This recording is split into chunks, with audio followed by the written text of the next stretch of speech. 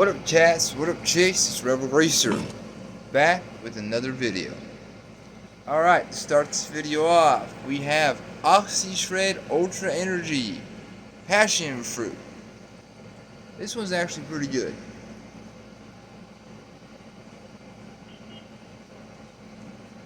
It's like,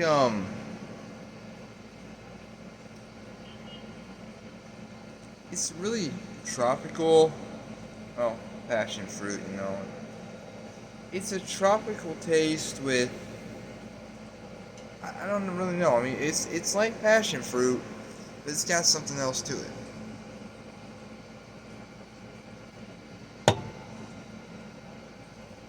Anyways, so I know it's been a bit.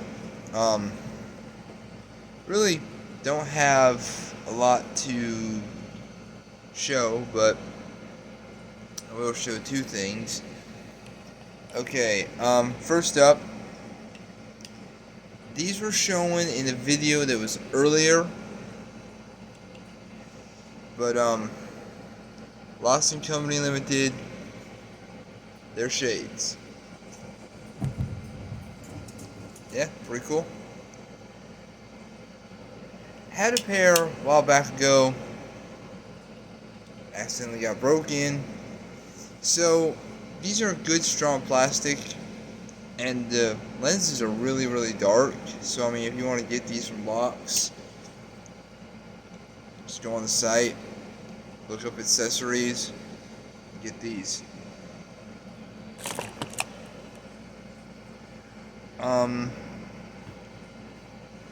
Other than that, I really haven't gotten much stuff new from Locks. I will be getting some more stuff down the line, just not right now. But I did want to say, oh god, there was a question earlier I got on Facebook about Locks & Company Limited. People want to know, is it a greaser company? Well, no, it's not a greaser company. How do I describe it? Locks & Company Limited is a, hair products, clothing, lotions, conditioners. It's basically a company that sells all different kinds of stuff, and they're always adding new stuff. The thing you need to know is American owned, American brand. Stuff is all natural, handcrafted by veterans. So it's not a greaser company. However, a lot of stuff that they sell could be geared. Can't even talk right. Geared toward the greaser subculture, the greaser community, the rockabilly subculture community. I mean, anybody can use this stuff that Locks sells. So no, it's just not a greaser company. I use a lot of their products because I like this fact that it's all natural and it's, does this.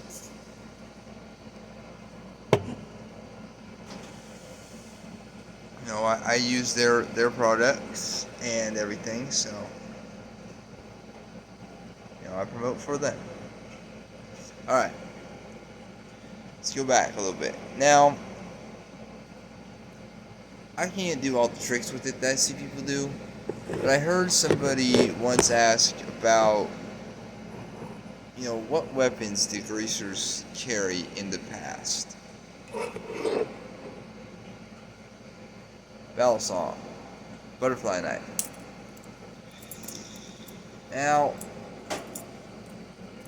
this is a typical battle song. Long bladed, very dangerous, especially if you do the tricks with it. I don't do tricks with it. I don't do that. And this is a good thing to carry. It's just, it's not exactly the easiest weapon to use, and be warned, these are not legal in every state, so check your state laws, make sure a butterfly knife is legal. You carry this in a state where it's not legal, so places like Arizona, for example. You carry this in a state that is not legal, you're gonna get either jailed or fined. I'm not sure what your state law is. So before you go buy something like this, start doing shit and tricks with it, make sure it's legal. Please, just please do that. I don't want to see anybody getting in any trouble.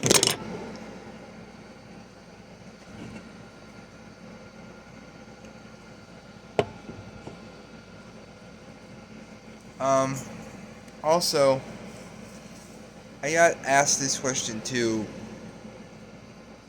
What movies besides Grease and The Outsiders represent the subculture? Now, I've shown movies I've had before, and what I'm gonna do is I'm gonna name 5 movies, okay, that really represent it. And guys, first off, do I like Grease and Grease 2? Yes, I do. I think some of the songs are badass, and I think the style is represented well. But that's not the optimum of the Greasers, and neither is The Outsiders, okay? First off, The Outsiders is technically set in Tulsa, Oklahoma in 1966. And the way that they portray the Greasers is they call it, they call the Greaser gang Greasers. I mean, gangs had names, okay, and titles, okay? So, Socias versus Greasers. It's a good book. It's a fine movie. There's a TV show, if you guys didn't know, that follows after the movie. Different actors, of course. David Arquette is in it. If you don't know who that is, you should. He's been on a lot of TV shows, so he plays Two-Bit. The series follows after Johnny and Dallas's death. So Tim Shepard is in it. You remember Tim Shepard? He was at the gang fight talking to Two-Bit when he said, "What's up? Just buddy around together, play football," you know, that thing when Paul challenged Jerry. So some of the characters look different, some of them don't. It all depends. You can find it on probably on YouTube, or if you're very lucky, Dave, what's that site where you can get stuff that's like not pardon me.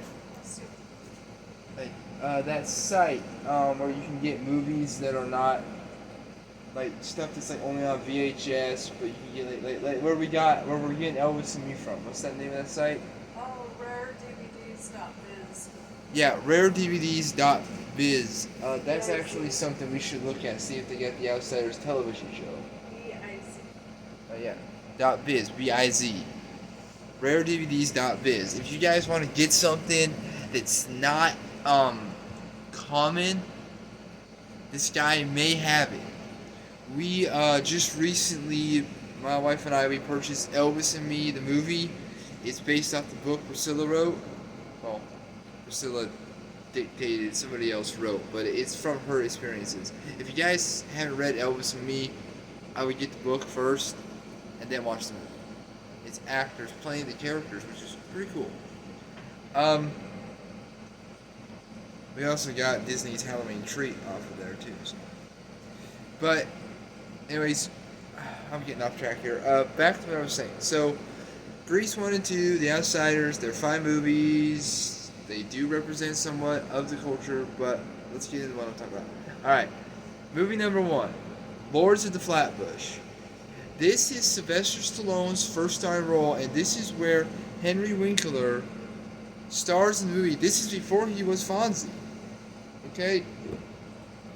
Lords of the Flatbush is a very good representation of the greaser subculture.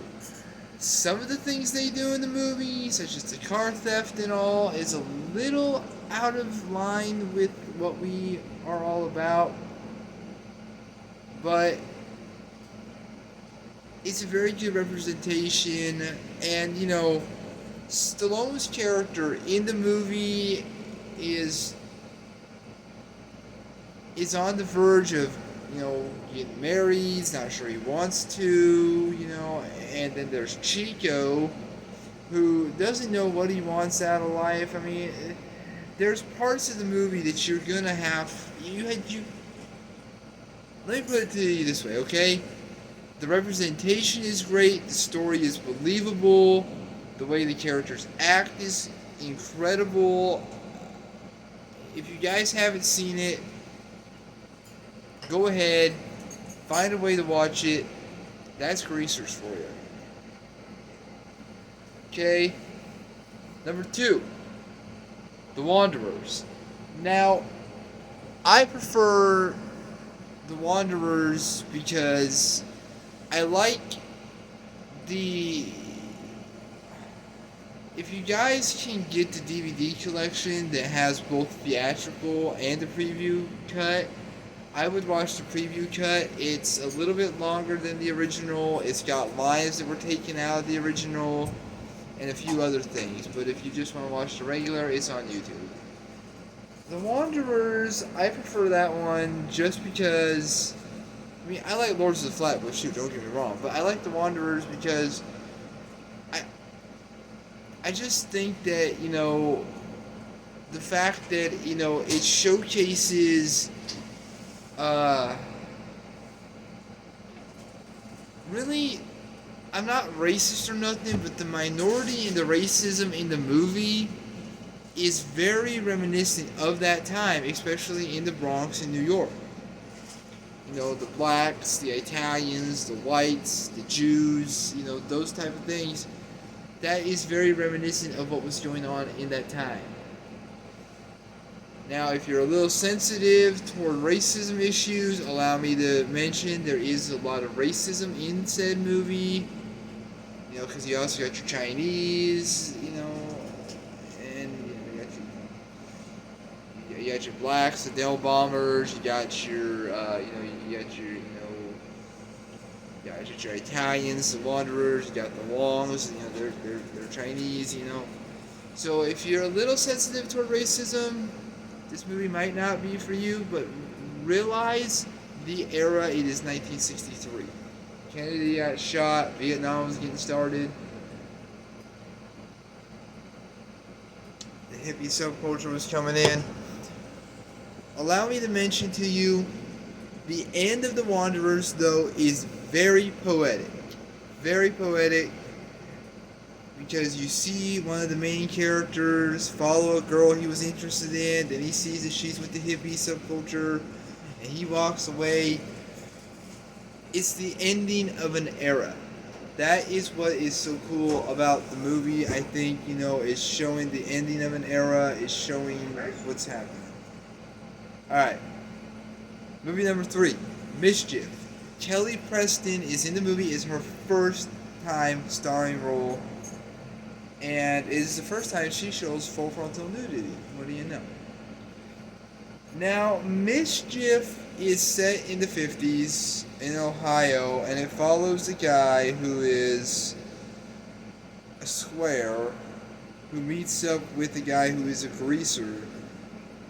They label him just a rebel in the movie, but he is a greaser, and he's just really very it's a good movie. I mean, it ends kind of stupid in my opinion, really. But throughout the whole movie, it's just him and this guy doing shit together or separate, and it's all about getting the girl. And the guy the main character Jonathan wants Kelly Preston's character in the movie, and she had to her he doesn't exist. So it's that typical teenage love story. He wants the girl that doesn't know he exists, teams up with this guy, gets the girl he wants, find out that's not the girl he needs to be with, and so there's that. Alright, number 4. The Heavenly Kid. Okay. The Heavenly Kid is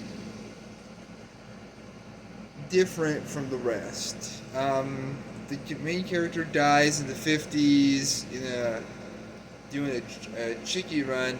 Now, for those of you who have seen Rebel Without a Cause, you realize the guy, he got his wrist thing caught on the door handle.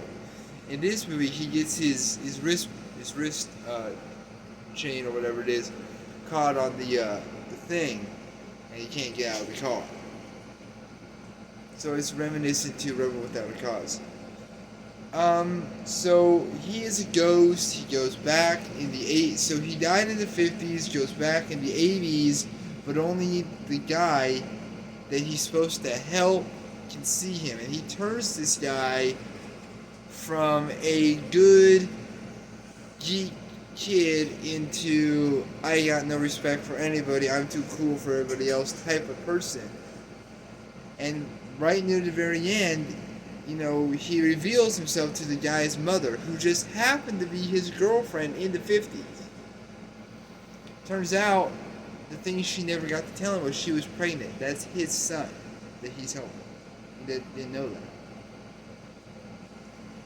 So, while it's a little corny on a lot of aspects of it, it's really still a good movie, very reminiscent of the 80s times and whatnot. So if you guys like movies like that, check it out. And last but not least, we're going to go with number 5, which is Rebel Without a Cause, which I just mentioned. Rebel Without a Cause is James Dean's biggest movie. In fact, it is the last movie he did that he never got to see. It was done in 1955 and he died in 55, a car wreck. This movie, I would say, James Dean is not a greaser. In the 50s, Dean was very cool. Even Elvis Presley was a big fan of James Dean. And the gang that's featured in the movie are greasers. In fact, not known to most people, when they were filming that, they actually brought in a real-life street gang into the studio for the actors to study. That's shown in the movie of Casper Van Dien's James Dean Live Fast, Die Young. If you guys want to check that out, Casper Van Dien plays James Dean. I think he does a pretty good job. But Rebel Without a Cause, that is so real of that time. Now, I want to say that people have asked, what does that mean, Rebel Without a Cause? What is the... James Dean in the movie, he comes from a pretty good-to-do family.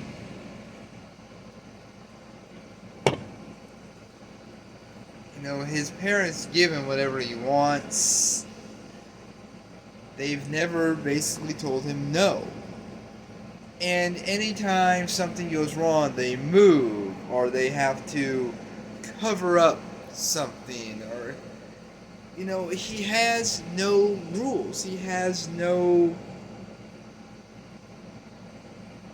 There's no rules. There's no consequences. There's nothing like that. And all he wants to do is something right. So he's a rebel without a cause. There's no cause for him to rebel, but he does because, while there may be no reason for him to rebel, he's got a reason in himself. So that's that. So there you go. There's 5 movies. If you really want to see what the greaser subculture is like, they represent it very well, I think. Uh, the Heavenly Kid and Rebel Without a Cause and Mischief are sort of, they're not really focused around it, but they're still good. Wanderers and Lords of the Flatbush are focused around it. In fact, I'll give you a 6th movie if you want to try it. Remember, this is centered around the biker subculture that was part of the racer subculture. Marlon Brando's The Wild One.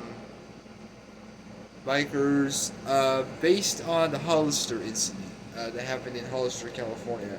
Bikers came over and took over the town. That's kind of what this one's about. It's based off the Hollister incident.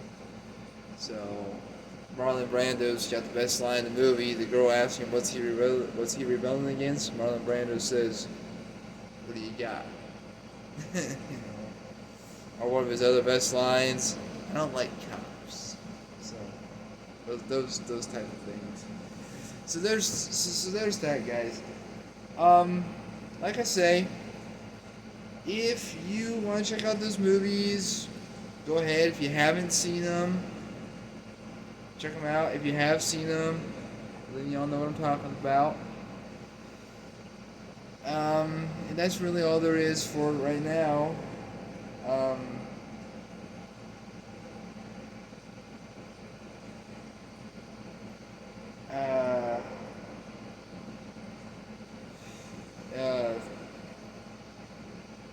No, I'm going through something really hard right now, so I don't know when the next video will be. I'm not going to get into it. It's a personal family thing, but I will shoot some more videos. I'll be featuring another Oxyshred real soon, and that might be the only thing I say in the video is Oxyshred, then cut out. You never know. Sometimes they come back, but that's not a good prediction. Oh yeah, my wife just mentioned sometimes they come back. Based off a book by the master of horror, Stephen King. It's about these greasers who bully this guy. They die in the movie, and then later on, the guy moves back to his hometown where it all happened. And he's a teacher, and he meets their spirits, their ghosts. It's not a very good depiction, but the clothing, the attitude, and the car they drive is very, very reminiscent of that time to when they died in the 50s. So that's another one that I should mention. It's really kind of creepy, and if you live where you're haunted, don't watch it. You don't want to invite ghosts into your house.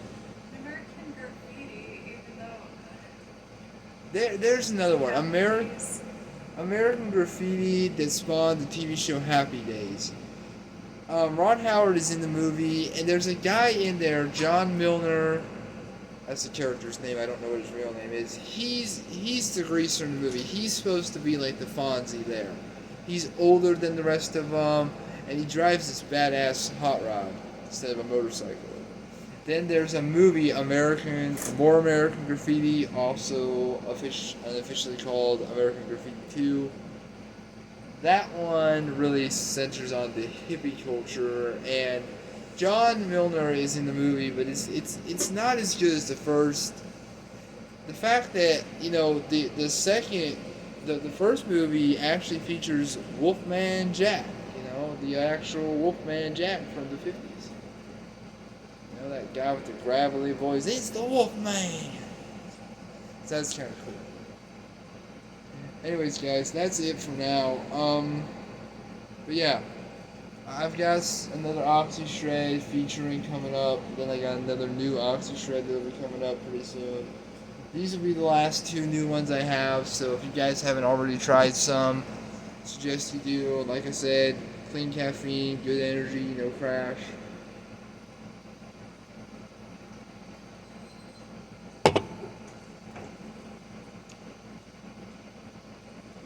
So, once again, in the words of Lost Company Ltd, stay sharp, stay savage, For the greaser subculture, GTFO.